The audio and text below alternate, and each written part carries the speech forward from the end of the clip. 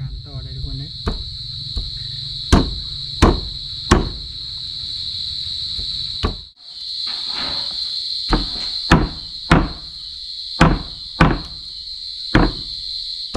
ถอยลงรถมันโดมือจะได้อย่างไร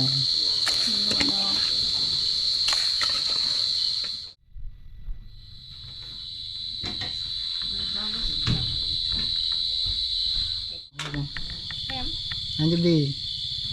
แซ่บ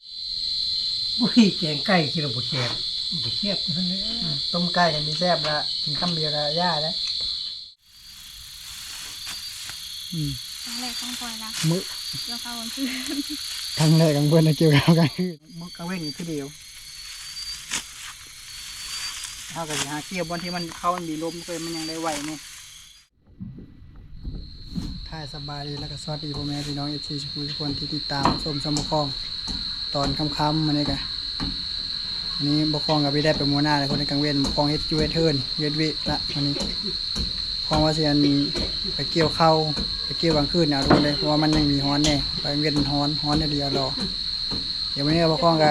เดี๋ยวหาให้ยูให้กินก่อนทุกคนยังไปหาเกี่ยวข้าวมาเนี่ยนี่แม่มันจะต้มไก่กินแรงมานี่แม่วันมาแต่เกี่ยวข้าวกับสะพอนมานี่แต่หายเวลาแต่บคองก็จะไปเกี่ยวต่อมานี่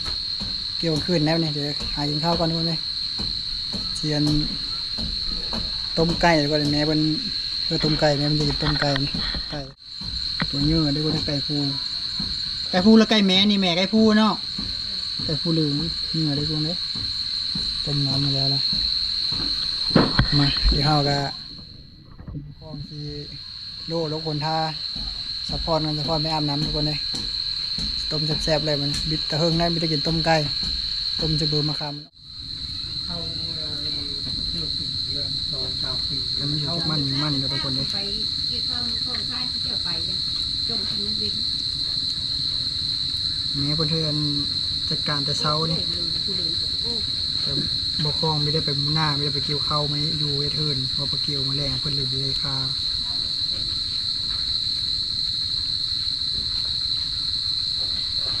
เป็นเลี้ยงปีเลี้ยงไก่ไปกินเองคนนี้มีคนกินแล้วก็ค่ากินพอมันก็มานอนเทิร์นมัน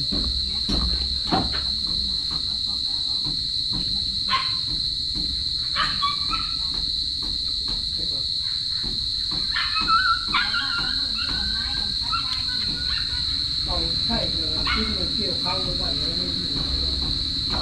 ที่ยังคนเข้าลบคนไก่นะข้าวดีแล้วทุกคนนี่คือลบคนเป็ดเด้อจะกินไก่ข้าวดีแล้วให้กินเป็ดเพราะว่าจะได้กิน2 ชั่วโมง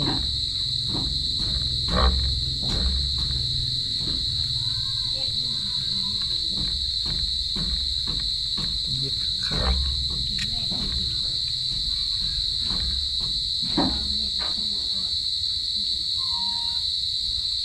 นี่จักบัวพัดเพิ่นสิไปนำหรือบ่ทุกคนเลยเกี่ยวข้าวกันตอนแรกว่าสิไปเกี่ยวข้าวกลางคืนว่ามีบัวพัดแล้วก็บ่ยืน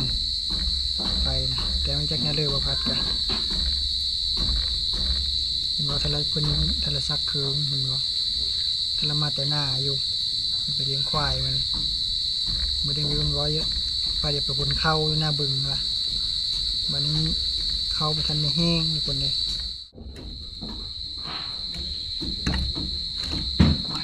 ทีบนก่อนมันสิมันอยู่บนเลยเป็ดมันว่านเจอหมูมันก็เลยดูไก่มันสิมันเพราะอย่างธรรมดาไก่งามมันเลยมันเลย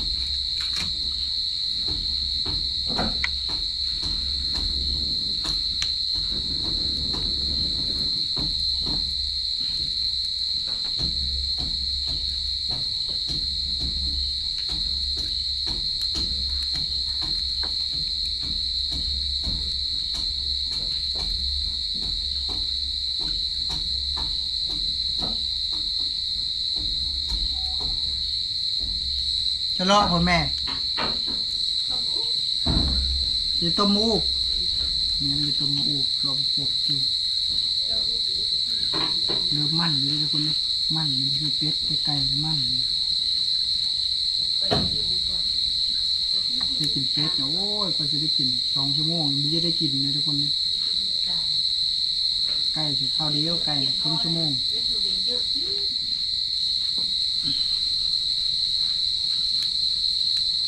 สีมันเฮียนตัวมันใบมะขามมันอ่อน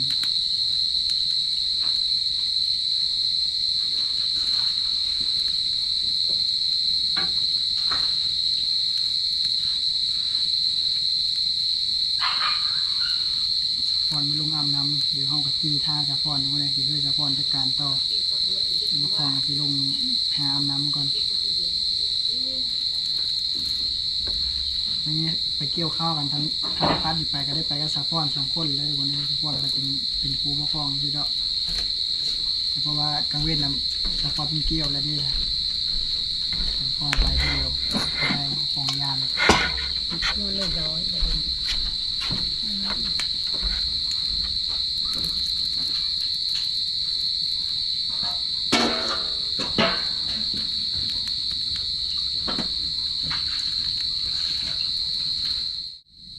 โอ้มันขนาดทุกคนเลยมันแห้งเลย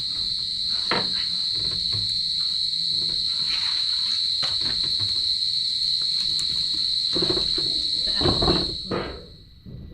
ที่ไปซื้อเรื่องต่างพูดถึงก็มาซื้อมันก็เก็บเยอะไปก่อน เนาะเค็มพี่กูข้าวซื้อมาด้วยหมดแล้วบอก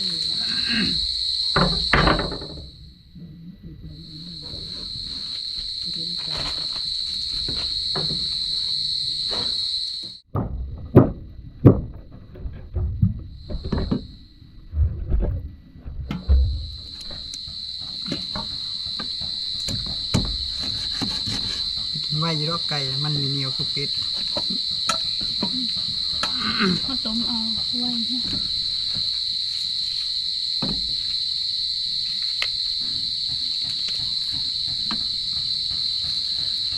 ฉันจะไปเกี่ยวข้าวน้ำควายแบบวันนี้นะ ไปกับเพื่อน ไปน้ำควายล่ะควายมีครูควายยันผี ไปแล้วก็นอนนี่นาเลยนา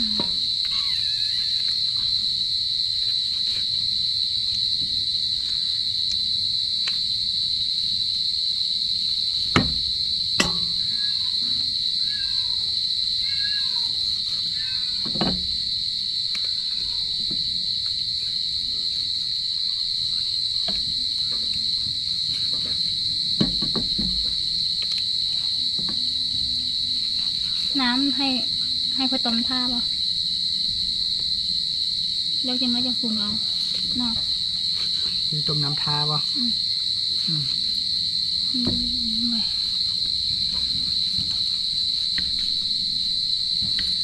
ขอบ เอาเพื่อนสะพอนมาจัดการต่อเลยทุกคนเลย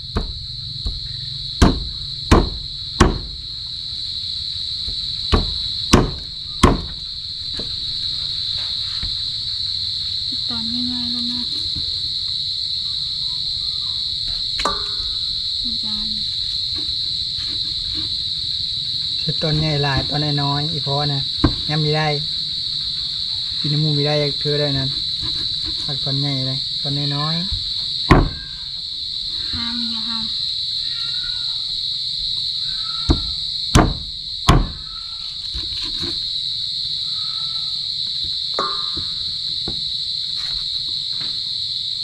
ยังใหญ่อยู่ แต่ยังจะพักครึ่งง่ายบ่ ยังใหญ่อยู่3 ตอนพอดีอย่างนี้ทุกคน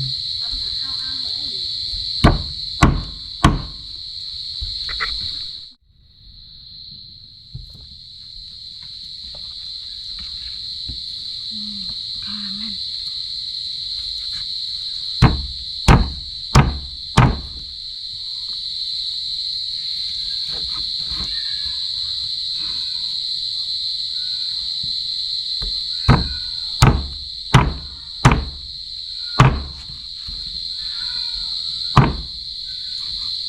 พักเอกยานเพราะเอกยานมันขาดนี่น้อยอีน้อยกว่านี้ ว่ามึงค่ะ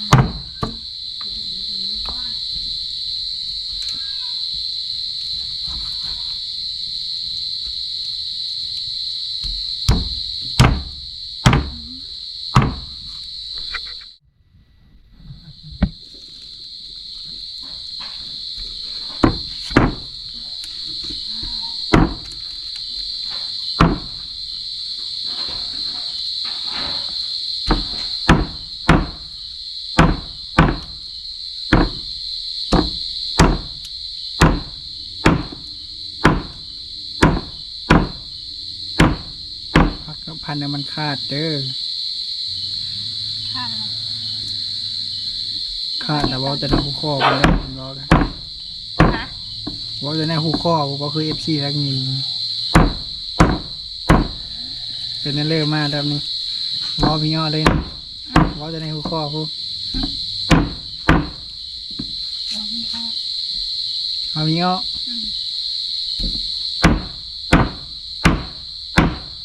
เป็นเรื่องลักอายหยาบอกมือถึงแล้วกัน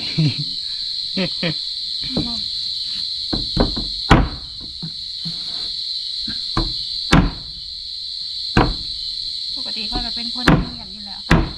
เป็นเงียบๆบ่ อืม กวาดเรียบแล้วนี่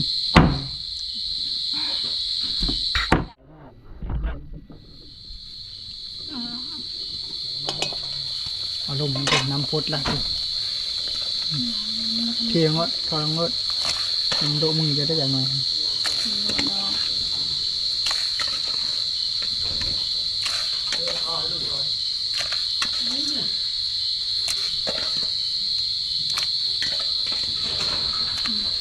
จะมีเต็มหม้อ น้ำเด้อจะมีเต็มหม้อนี่ก็มีแต่พอแบ่งไว้ครึ่งนึงคนนี้ครึ่งตัวแบ่งไว้ต้มกะปิมื้ออื่นเราเพิ่นจะกินต้มกะปิล่นเพื่อระบงล่นกัน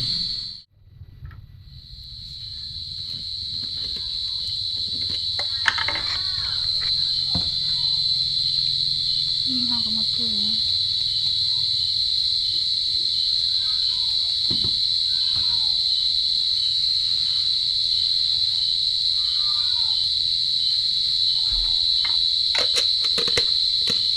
ว่า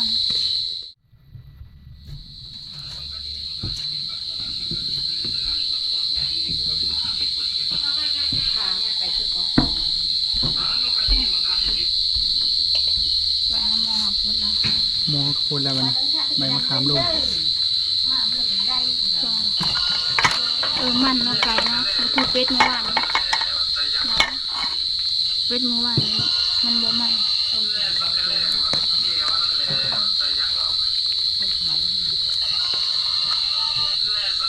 เหลืองรูดเอาใบมะขามลงนอนน้ำนี่ ค่ะ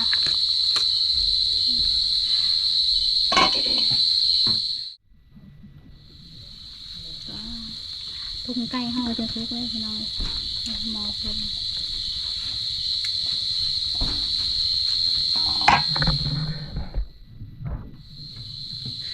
ตุ้มไก่ไปเลยมาค่ะ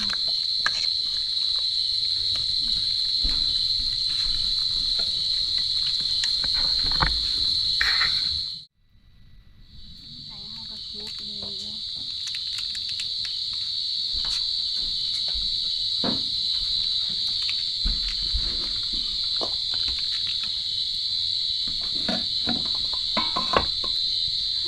เขาจอง ขอจอง อืม เอา กระแซมบ่แต่มันไม่อยังมันปานใดเนาะ มีมันบ่จำนี้นะ มัน เดี๋ยวเบางน้ำมีแต่มันทั้งมันจะมีมันมันละ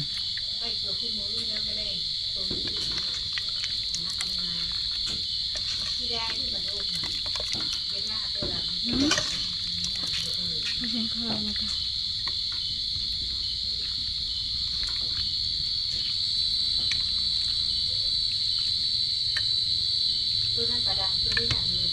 เป็นโผล่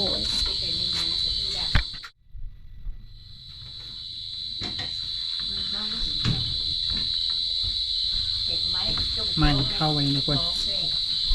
เป็นข้าวเล่ เขาแรงเข้าไปด้วยประมา ต้ ณ มไก่ ปุ่ม ป นึ ลาง กระ นะ ป๋อง 7 โมง อีพอเด้ โอ้ยกินเขาแรงกับต้มไก่อันนี้ยำปลากระป๋องแต่เวทนี่บ่คลองกิน ข้าวพอกินอยู่อ่ะจงไว้ ข้าวเมิดข้าวนะเขากินจนเมิด ยักพี่น้องวันนี้เราก็มากินข้าวแรง ร้องดังแน่ FC ไปได้ยิน ดังแล้ว คำว่าน้ำกองนะว่าคอยเท่าไรกันว่าน้ำโฟนี่ มันเป็น ดังมันบันเตอร์ เรื่องปกติ ยิบกับหูเลิกแค่บอกเอาเขา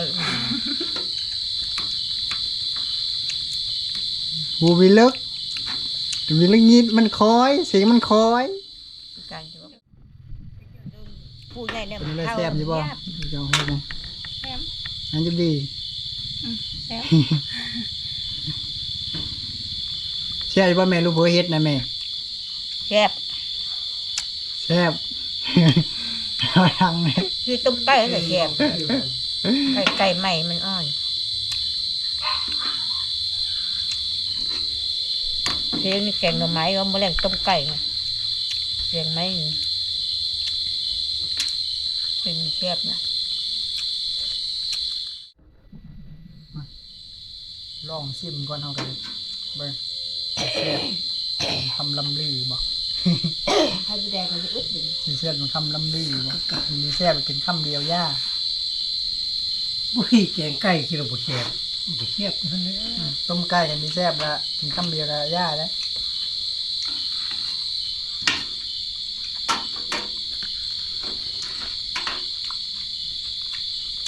ถือว่าผ่านอยู่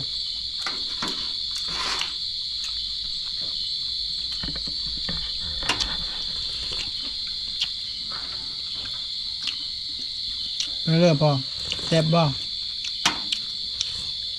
แซ่บใส่ในแกงไก่ไก่หูขาว มีเจ้าผัวมีแซ่บต้มไก่อะ มีได้เลยบางเทื่อก็ต้มไก่มีแซ่บก็มีได้อยู่เป็นมากินได้ เดี๋ยว แกงใหม่ เวลาต้มคือมันก็มีแซ่บต้มไก่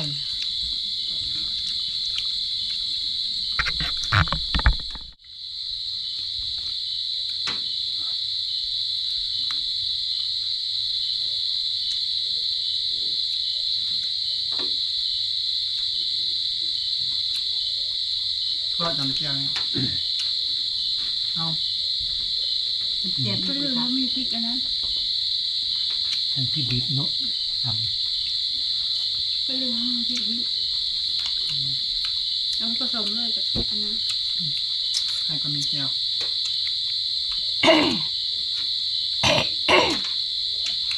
ข้องเป็นแล้ว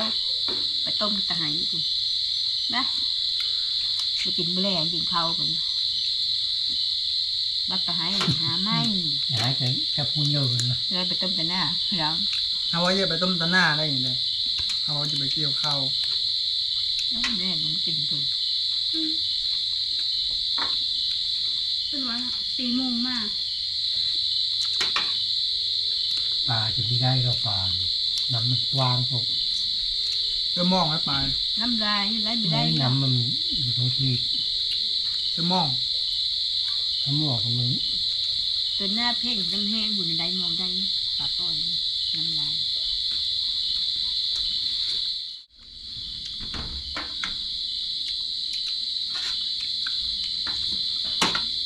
อยู่ก็ปลอกไปใต้เลย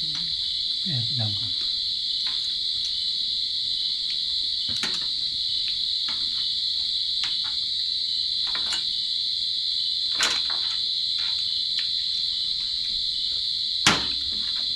ไปเกี่ยวข้าวอิ่มอื่นยังไปป่า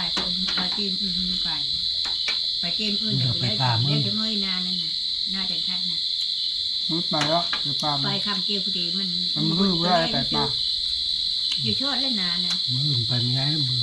มันเป็นดีครับ อุ่นได้หุ่นลายทำอุ่นหุ่นทำไม่ดีไม่รู้ตอนเกิดกันเช้าหลังงาทั้งกันง่ายเกิดไปค่ำแล้วเปิดงานก่อน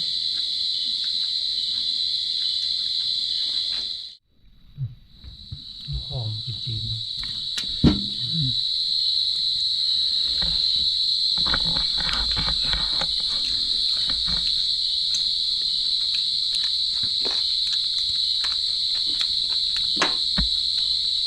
ไก่บ้านเ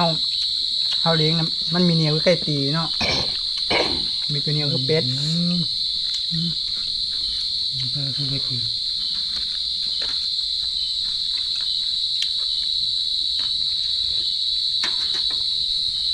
แกผู้หกเนี่ย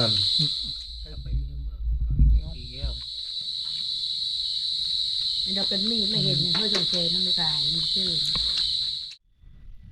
มาคล้องครับมาคล้องครับครอบครัวกินข้าวแรงแล้วก็ทุกคนเลยมันยังมาคล้องกับสเกมมันไปเกี่ยวข้าวอยู่ไฮได้บันนี้เลยนี่ดึกๆในยังน้อยเฮากับไปเกี่ยวสัก2-3 ชั่วโมงทุกคนเลยนอนพักผ่อนเฮากับการนอนไฮไว้ละเดี๋ยวมื้อเช้ากับเกี่ยวต่อตอนเช้านะเกี่ยวแต่เช้าทุกคนเลยเกี่ยวประมาณตอนเช้าเกี่ยวประมาณ6 โมงไปหา8 โมงทุกคนเลยมันนอนหอยน้อยกับเฮาก็ขึ้นนอนพักผ่อนวันแล้วพุ่นละต่อยกลางคืนทุกคนนะว่ามันสิดีฮ้อนเฮาเกี่ยวกันตอนสัก6 โมงเฮาลงนะตอนนี้เฮาก็มาฮอดเทงแล้วทุกคนเลยดึกเนี่ยจักหน่อยเฮาสิลงมาเกี่ยวเฮาสิได้เกี่ยวเวลาเป็นด้วยทุกคนเลยบ่ของก็เกี่ยวผู้เดียวบ่พัดก็ผิดแผนบ่พัดเพิ่นเฮาแต่สะพอนมาเป็นหมู่เป็นครูไว้คนเลยมานอน นอน ท่าแต่บ่ของสิลงเกี่ยวข้าวมาสิลงสิเลิกเกี่ยวเด้สิลงเกี่ยวหลายมื้อจักเนาะเอาซ้ำไหวทุกคนเด้โปรบ่ของเฮ็ดเวบนมือเอาหอมฮอดหายทุกคนเด้อยู่ได้สะพอนมันก็ลงมานำนะเพิ่นว่าเนาะเพิ่นอยู่เทิงมีได้อีกเพิ่นก็เลยมานำบ่มานอนท่าอยู่เทิงมีนอนเพิ่นย่านเพิ่นก็ลงมาเกี่ยวซอยเพิ่นมื้อนี้เอาโอเคซอยก็ซอยนี่ก็เพิ่นเกี่ยวได้หลายเลยทุกคนเด้สะพอนเพิ่นเกี่ยวเข้าไว้ได้สะพอนนะคือสิแล้วไว้อีกมื้อนึง2 มื้อนี่ทุกคนโอ้โหอันแผนโซลาร์เซลล์กันทุกคนเด้เอาไฟโซลาร์เซลล์ลงมาเพื่อจะพ่อนได้ไฟโซลาร์เซลล์เขาก็ เกี่ยวข้าวกลางคืนเลย เกี่ยวเข้ากลางคืนเลยต้องใช้โซลาร์เซลล์แต่ว่าโซลาร์เซลล์ก็ดีหุ้งไปเลยแต่ก็ขี่ใช้ได้อยู่ ได้อยู่ ดีง่วยไว้ จะต้องไปตั้งอยู่พุ่นดิเฮ้ยโอ้มันจังบ่ย้ายไว้ ตั้งอยู่พุ่นมันก็เข้าบังเลย โอเคจะเคยเกี่ยวบ่ของกลางคืนน่ะ เคยเกี่ยวเข้ากลางคืนจักเถอะ อันนี้ครั้งแรก ครั้งแรกสู้ เกี่ยว2 คนนี่สิ ๆเอามาเกี่ยว2 คนนี่เนี่ยทุกคนเลยถ้าสิได้ลายสำเร็จแล้วเนี่ยก็ดึกแล้วปานนี้ประมาณ9 โมง 10 โมงละ4 ทุ่มเนาะเกี่ยวมันสัก2 ชั่วโมงเนาะ4 ทุ่ม4 ทุ่ม5 ทุ่มเที่ยงคืนพอดีเขาก็ขึ้นนอนพักผ่อนมาสิได้ลายสำเร็จ ลุยต่อ ตอนเช้าเขาก็ เข้ากับลง ลุยต่อถ้ามันมีแดดก็ลุยต่อทุกคนเลยตอนเช้าก็ถ้ามันแดดก็เขาก็พักผ่อนแล้วก็ค่ำๆเขาก็ยังลุยต่อวันนี้แต่วันนี้น่ะดึกแน่มือพอประคองให้ด้วยเพิ่นมือก็ค่ำนะก็ให้อยู่ให้กินใกล้แน่เลยนะมันก็เลยมาดึกนิดนึงมาเนี่ย ครั้งแรกต้องปล่อยนะ มื้อ เกี่ยวข้าวกลางคืน ครั้งแรกของเพื่อนนะเกี่ยวกับกลางคืนนี่แต่มันก็ดีกว่ากลางเว้นนะแต่เจ้ากับมืออื่นเนี่ยครับว่าดีไวกับเจ้ากับบีต้องเกี่ยวมืออื่นถ้าเกี่ยวกลางคืนน้ำควายเอาพอควายสิเกี่ยวมืออื่นนี่ตอนแรกมืออื่นเนี่ยมือสุดท้ายแล้วเขาเกี่ยวแล้วเพราะว่าเดี๋ยวควายจะลุยป่าได้บ่พัดทาอยู่ว่าพัดกันดิทามอยู่จะขึ้นป่าอยู่พัดทำมันไปขึ้นตรง หลา นี้ ยคน2 มื้อ 3 มื้อกันแล้ว แต่ว่าถ้าทางมันแห้งอะเดี๋ยวจะพาสะพอนขึ้นน้ำทุกคนได้รู้จักขึ้นได้อยู่ แล้วเกี่ยวข้าวโพล่าไปทางไป อุ้ยชิเกนตกใจหมดแต่สะพอนเกี่ยวเข้าไว้เลยทุกคนเลยยอมรับว่าเกี่ยวเป็นเกี่ยวผู้เดียวนี่ก็ได้บักหลายนึงมันเกี่ยวผู้เดียวคน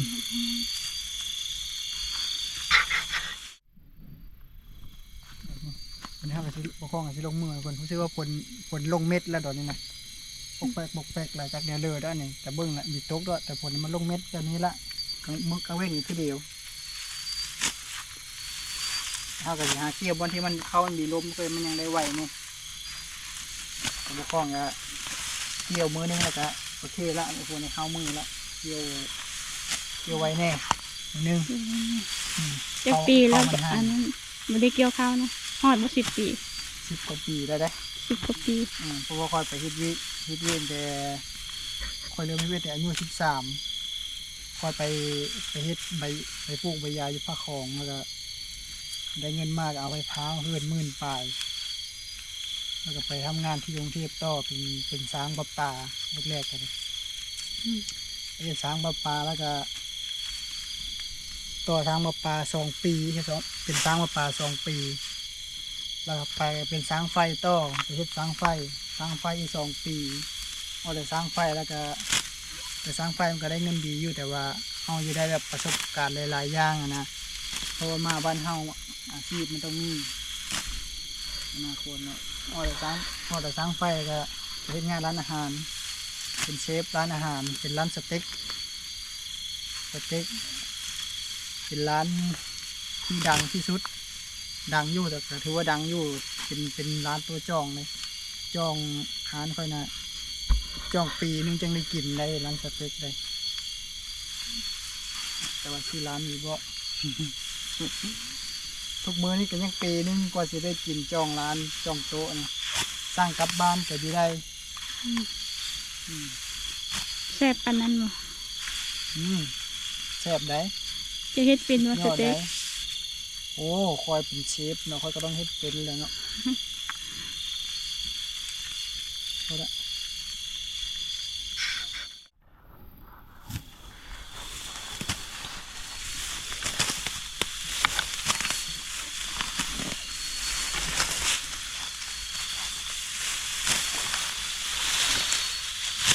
กำใหญ่เลยบ่คองมันเป็นใหญ่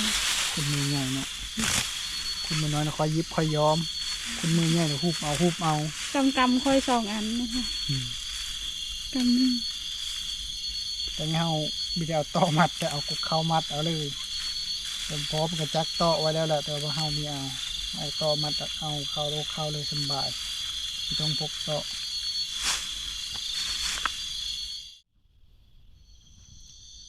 ตอนนี้ก็ประมาณตี2แล้วนะทุกคนเนาะอินแต่อีตนสาพรทุกคนมานอนเฝ้าวันโอ้เกี่ยวเข้ามาลำบากนะทุกคนเลยพาคนมาลำบากกันดึกละมานอนเผา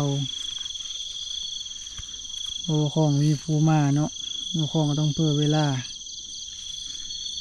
เฮ็ดเวแน่แล้วก็เยอะนี่คืองานมันแล้วแน่ทุกคนเลยแล้วก็เยอะเกี่ยวเข้าแน่ตอนแรกก็ว่าสิจ้างเขาเอาทุกคนเลยธรรมดาบ่คล้องนะคือบ่คล้องเฮ็ดเวเนาะบ่คล้องนี่กะว่าสิเอาเงินเฮ็ดที่เฮ็ดเวเฮ็ดเทิร์นเนาะเฮ็ดเทิร์นให้เขาเนาะสิเอามาจ้างเขาเกี่ยวเขาแต่บัดนี้กองผัดเซแบบนี้กองบ่คล้องน่ะสิกระทันหันทุกคนบัดนี้บ่คล้องก็เลยมีกองถ่ายว่ากองโทรศัพท์มันก็บ่ดีบัดนี้บ่คล้องก็เลยเอาเงินที่เฮ็ดเทิร์นไปซื้อกองบัดนี้ก็เลยมีเงินเกี่ยวเขาแต่ถ้ากองมีเซก็เฮาก็คือสิต้องมาลำบากอย่างเงี้ยทุกคนเลยเฮาก็จ้างเขาเอาบัดนี้ไปขอน้องก็เพื่อว่ามีเนาะเงินเกี่ยวเขาเนาะก็บ่เป็นหยังเนาะทุกคนบ่คล้องก็เพื่อเวลาเฮ็ดเวแน่กลางเว้นกลางคืนพรก็เพิ่นก็เกี่ยวแล้วได้ตอนกลางเว้นเนาะทุกคนเพิ่นก็เมื่อยเพิ่นก็จำเป็นต้องนอนพักผ่อนแต่บัดนี้บ่คล้องชนบ่พัดมาบ่พัดก็เป็นแผนเพิ่นสิซักเครื่องบ่พัดก็บ่มาเนาะคล้องก็เลยต้องคือสะพรมาเนาะทุกคนคือสะพรมาซอยเป็นหมู่อยู่เป็นหมู่นำบ่คล้องอยู่เดียวบ่คล้องกับยานเนาะคือสะพรมานำแต่เพิ่นก็มาเรียนคือนะทุกคนเนาะที่คนที่สิลำบากกันนำเฮานะทุกคนแต่อีตนได้มานอนเผามานอนเป็นหมู่ควรได้เฮากับบ่คล้องก็เต็มที่อยู่เฮาก็สิพาสะพรมื้อนอนก่อนดึกแล้วนี่ก็ประมาณตี 2แล้วทุกคนได้เฮาก็มาตั้งแต่3 ทุ่มพุ่นละเฮาก็ เกี่ยวกันตอนนี้ก็ประมาณตีสองเขาก็สิมือพักผ่อนก็นอนตามอยันดีสบายแน่ทุกคนเลยกำลังใจก็มีแต่พี่พ่อแม่พี่น้องFC ทุกคนนี่ละที่เข้ามารับชมกดไลค์กดแชร์แล้วก็เข้ามาคอมเมนต์ให้ปกครองเนาะทุกๆมื้อที่ปกครองลงคลิปก็มี FC เข้ามาแต่ปกครองก็นี่ละคืออันแรงผลักดันของปกครองเนาะบ่ถอยที่เขากับพี่พาจะพอดมือนอนกันด้วยวันนี้เขาเกี่ยวเข้ากับถือว่าได้หลายเติบทุกคนเลยประมาณ1 ไลค์กว่าๆนี่ละปกครองมาเกี่ยวจะพอดมันกับลงมาเกี่ยวซอยน้อยๆนึงเพิ่นก็นอนพอน่ะมันดึกเนาะเพิ่นก็เมื่อยตาแดงมาหมดมือทุกคนสำหรับที่นี่กับปกครองก็ขอตัวลาไปก่อนพ่อแม่พี่น้องเอาไว้เจอกันคลิปหน้าฝากกดไลค์กดแชร์กดติดตามเพื่อเป็นกำลังใจให้ปกครองบายพอนไปมือไป